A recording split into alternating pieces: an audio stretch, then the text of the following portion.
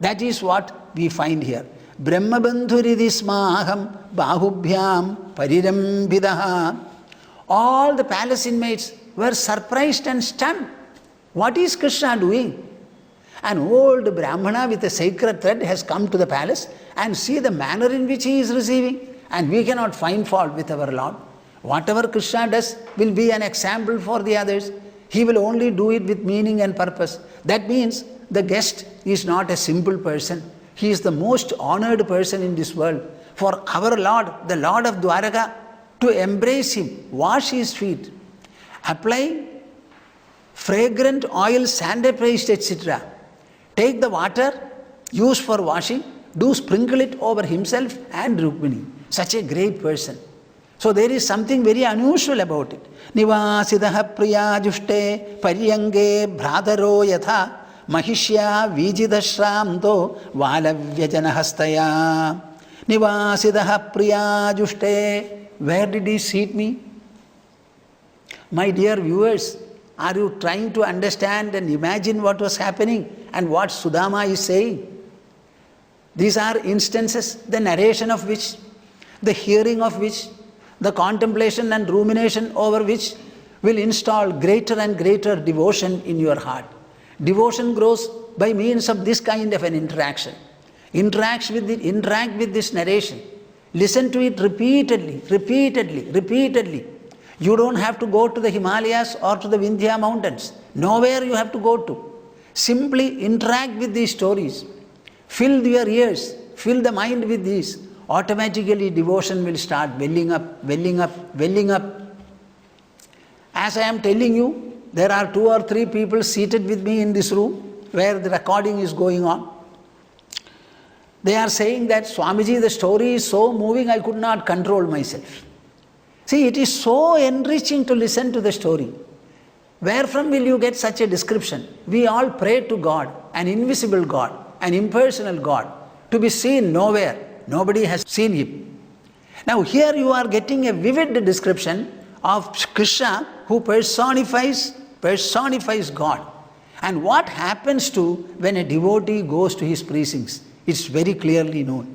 This is the manner you, a devotee, will be approached, treated by God when you get an opportunity for it. Be assured of it. Otherwise God is invisible. Here we are being given a vivid description of the visible God, the Lord of Dwaraka. Nivasidaha priya jushte paryange bhradaro yatha. What did Krishna do when I went there? Spotting me from a distance, he rushed towards me, suddenly embraced me. Catching hold of my arm tenderly, we walked together, he led me. Straight away, he placed me on his cot. The cot where Priya Jushte, it is generally meant for Rukmini and maximum for his brothers also, nobody else. In that cot, he kept me, he placed me. Nivasidaha Priya Jushte Pariyange Bhradaro Yatha. Only a brother will be able to do it, and he will do it for a brother alone. Mahishya Vijidashramtaha Valavyajanahastaya Valavyajanahastaya. Then he started fanning me with a flapper. What is that flapper? We generally call it chamara or chauri. That is actually a flapper specially made. It is a traditional regal, only with royal places, queens, palaces, etc. we find it. And it is made from the bushy hair of the tail of an animal called yak. Now that Valavyajanahastaya Mahishya Vijidaha Shramtaha. So he started fanning. Suddenly Rukmini, on seeing it, she took it from him and she started fanning. Normally she would fan only Krishna, her husband, her consort. Now seeing the husband himself is doing it, she immediately received it in her hand and she started doing it. So virtually what has happened? The greatest honor and ovation have been given to me. Mahishya Vijidaha Shramtaha Valavyajanahastaya. He felt I must have been extremely tired by the long trek I had from my house to Dwaraka. So in order to relieve me of my fatigue, give me some refreshment, so to say, mental refreshment, she was doing it. Shushrushaya paramaya pada samvahanadibhihi. See, this is the way you can remember, ruminate over. Read these books. Whenever you don't have sleep, try to picture the scene in Dwaraka. Try to think about Sudama, the dialogue that transpired between Sudama and Sushila. And thereafter how she went around begging for a little item to be sent along with the husband. And what she got, how she gave, and how did he walk. What was all in his mind. What is the type of reception Sudama got from the Dwaraka Lord. What all things they spoke about. Ultimately, after spending the night, how he returned. While returning, what was his introspection. All these you can revolve and rehearse in your own mind. This is devotion. Don't ask me how to cultivate devotion. This is the manner in which devotion can be reared, cultivated and grown in your mind. Shushrooshaya paramaya pada samvahanadibhihi pujido devadevena vipradevena devavad. He started stroking and smearing fragrant items on my feet. Can anybody imagine this? I don't know whether my Sushila herself has done it. Even if she had stroked, she did not have any fragrant material to use in the house. We are starving. How can a starving house has any kind of a fragrant liniment? It's not possible at all. Shushrooshaya paramaya. With extreme fondness, intimacy, care, concern and sensitiveness he was doing it. Pada samvahanadibhihi Poojito devadevena. I was really worshipped. By whom? Devadevena.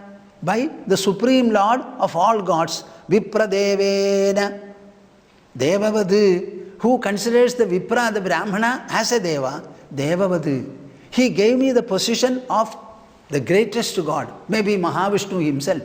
That is how he worshipped. Shushrooshaya paramaya pada samvahanadibhihi pujido devadevena vipradevena devavad.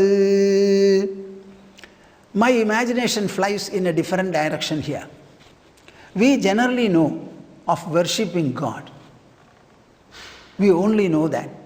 And we always worship a God who is invisible and who is impersonal. Only when he is visible, only when something is visible, we can worship. But what we are worshipping is not the visible deity, but the invisible presence which it represents. So our worship is always addressed to the invisible God. This is what we are doing.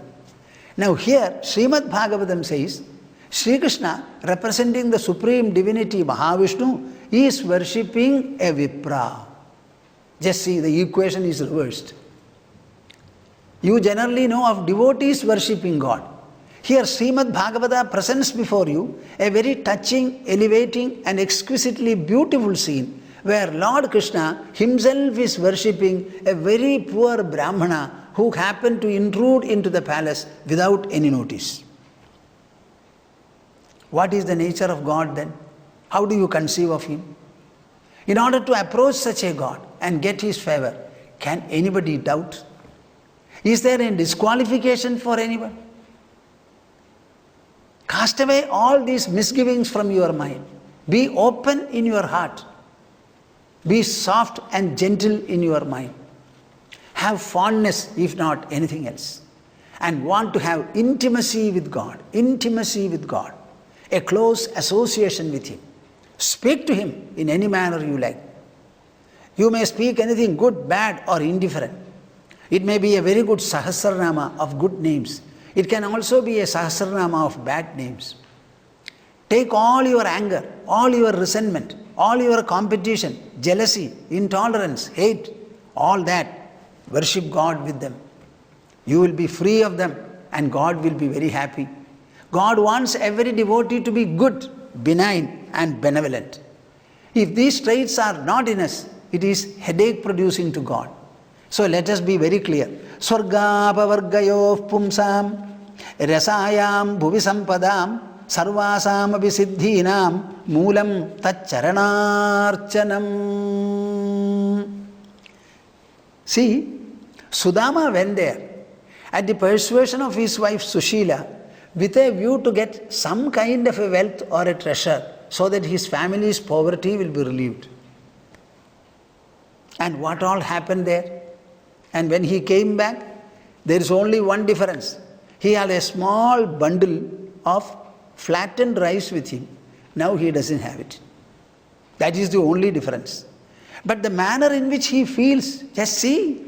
Swargapavargayof pumsam rasayam bhuvi sampadam sarvasam api siddhinam moolam tat charanarchanam. The manner in which Sudama concludes his soliloquy, his reminiscence, in this manner. Swargapavargayof pumsam rasayam bhuvi sampadam sarvasam api siddhinam moolam tat charanarchanam. I can only say one thing. What is that? Tat charanarchanam. Worshipping his lotus feet. It conduces to what? Swargapavargayoho pupsam rasayam bhuvi sampadam. What all fortune, blessings, rewards and bounties are there in Swarga or in the nature of moksha for humanity, for people in general. Even in the subterranean region Padala, what all forms of wealth and treasure are there. In addition to them, sarvasam abhisiddhinam. We have got yogic powers like 8 yogic powers. Anima, Garima, Chaiva, Lekhima, Garima, Tatha. All these spiritual powers and glories are there. All of them. The seat, the source, the cause for all these is his own feet, worshipping those feet. I can only claim that I am a worshipper of Lord Hari. I always rely upon his feet. I trust him. I rely upon him. I depend upon him. I rest on him. Perhaps, if at all I have been given a wonderful reception by Sri Krishna, my old classmate friend, the only reason is I have been worshipping Lord Hari's feet. And I believe that all this has happened only as a reward for that. So this is my conclusion. I stand upon it. Whether I have got anything or not, that is a different matter. At least I got all this. This kind of an intimacy from him, recognition from him, acknowledgement from him. How long did he keep on talking to me about what happened when we were living in Sandipani's Gurukula? What happened in that huge forest that day when we were surrounded by everything like cyclone, rain and water here, there. So all this he was narrating to me. What greater felicity is there than this kind of an intimacy? Maybe I lived only one night and maybe a few hours of the day. That is much more than sufficient. It is a great reward. So this is the conclusion I come to. Swargapavargayof pumsam rasayam bhuvi sampadam sarvasam abhisiddhinam moolam tacharanarchanam. Suppose you separate this verse. You can sing it anytime. Anybody, anyone, anywhere can sing. That independently it stands. This is the reward for worshipping the lotus feet of the Supreme Lord. So you go on chanting it. Though it is part of the whole story in the form of a reminiscence provided by Sudama, it stands independently. It has nothing to do with him. Swargapavargayof pumsam rasayam bhuvi sampadam sarvasam api siddhinam moolam tacharanarchanam. It is very true that the worship of his feet will bring about all prosperity Sudama avers. Very good. But the fact remains that he has not got anything in terms of wealth or treasure to redress his poverty. What does he have to say? See, adhanoyam dhanam prapya madhyanyuchairnamam smaret idi karunigo nunam dhanam me bhurina dadad. There also Sudama has his own beautiful way of reasoning and consolation and reassurance. What does he say? Adhanoyam dhanam prapya madhyanyuchairnamam smaret. After all, I have been living only in poverty. Poverty alone has been my friend. We have never been able to fill our stomach. To make both ends meet, impossible to us. So we have been struggling and tottering in poverty for decades. Suppose my wonderful Krishna had given me a lot of fortune, what will happen? A poor man becoming a king. He will not be able to sustain it or manage it properly, behave properly. Adhanoyam dhanam prapya madhyan uchairnamam smaret. A man without anything in his hand, suddenly if he is made wealthy, he becomes prosperous. Madhyan, he will become proud. His head weight will be too much and he will lose all sense of proportion. Uchairnamam smaret. I have given him. He will not even remember me. A sense of gratitude or gratefulness will not be there in him. So everything will be upset. Thinking in this manner, iti karunigo nunam. Even then it is mercy towards me that so far I have been a devotee. I have been a wholesome devotee. In spite of utter poverty, I have never been able to get away from the path of devotion. It has not victimized me. Suddenly if he gives me an abundance of wealth, quite possibly I will lose my very proportion. So he was looking after my heart and mind and their devotional resignation to ensure that it is so. Iti karunigo nunam dhanam me bhurina dadad. He has not given me wealth. See, I am reminded of something now. This is a very beautiful conversation that transpired. It is from Sreemad Bhaagavatam. Parikshit was asking Shuga Maharshi. What did he ask? Why are worshippers of Lord Shiva? Who is this Lord Shiva? Wearing a tiger skin, carrying a kapala, a head in his hand, with something like this, something like that, very ugly, such a Lord Shiva. People who worship him, they easily become rich and prosperous. So a very short duration of worship of Lord Shiva gives them abundant wealth. On the other hand, worshippers of Lord Hari, they are seldom found to be rich and opulent. What is the reason? What is the reason? So when Parikshit questioned Shuga Maharshi was saying, the same question was raised by Yudhishthira after the Ashwamedha Yaga. When Yudhishthira raised the same question to Krishna, Krishna was answering. Krishna was answering. I shall tell you what he answered. What is the answer he gave? It is very, very beautiful. All of you should learn it very well.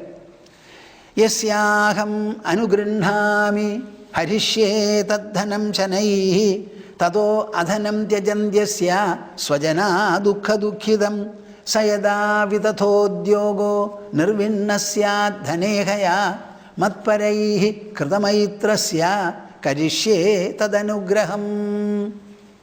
It is a difference in style, standard, quality and classicalness. Devotion to Lord Hari always is a class by itself. Lord Hari is the sustainer of the whole world. So he has to see that the entire abundant variety of the world is preserved in its own manner. And in order to sustain the world, he has to look after this variety. Not only that, he is conscious of the behavioral pattern of all kinds of people, all kinds of creatures.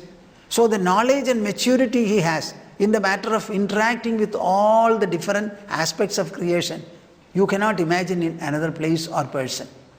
So Mahavishnu has got a method. So Krishna says, Yasyaham anugrinhami. Whenever I am going to bless somebody, what is meant by God's blessing? I would like you to think for a while, my dear viewers. What do you think of a blessing from the Lord? What is that blessing? Of course, you cannot speak to me. I have to be sensing your response. Normally, people will say a comfortable life, a good life means what? With no poverty, enough to eat, enough to dress, and a proper place to live. Maybe different types of vehicles to travel, if necessary a helicopter and an aircraft also. This is what all of you will say. What exactly is the blessing? The real blessing is to fill you with the devotion to the Lord supremely, And that devotion should remain unswerving throughout. For devotion itself is the reward. How many people recognize this? They don't recognize. So here he says, Yasyaham anugrinhami. If I have decided to pronounce choice blessings on a devotee, the first thing I do is harishye tad dhanam shanaihi. Whatever pomp or prosperity he has, I steal everything of it, either suddenly or slowly. I strip him completely free from all kinds of resources. Yasyaham anugrinhami harishye tad dhanam shanaihi. Gradually, I make him absolutely free of wealth. Not in a spiritual sense. I make him bereft of wealth. Tato adhanam tyajandyasya swajana dukkha dukkhidam. Then what happens? Oh, I had my riches. I had enough resources. Anybody asking for something, I could give. I used to give. So many people saying that I am related to you. I am your brother-in-law's nephew's uncle's nephew. They will come and tell you some relationship or the other. Because you are resourceful, they will come. Want to stay with you, say that he is my relative, I had gone to him, he did this. So many people will arrive. All those people have stopped coming. It is just like a tree which has got beautiful fruits. When the fruits are there, so many birds come there and perch on it. When all the fruits are fallen, the tree is abandoned by all the birds. In the same manner, when the man has lost his property and his riches, tato adhanam tyajandyasya swajana. All the people who used to come to him saying, I am this, I am that, claiming one relationship or the other, they stopped coming. All of them are deserted. Why? If they happen to go to their house, he is very poor now. Seeing the poverty you cannot return, you will have to help them. That means spending money. That is not possible. People like to get money but not spend. So they will keep away from you. Tato adhanam tyajantyasya swajana dukkha dukkhidam. So he remains grief-stricken. Oh, I had such a good time. A lot of money I had, wealth I had.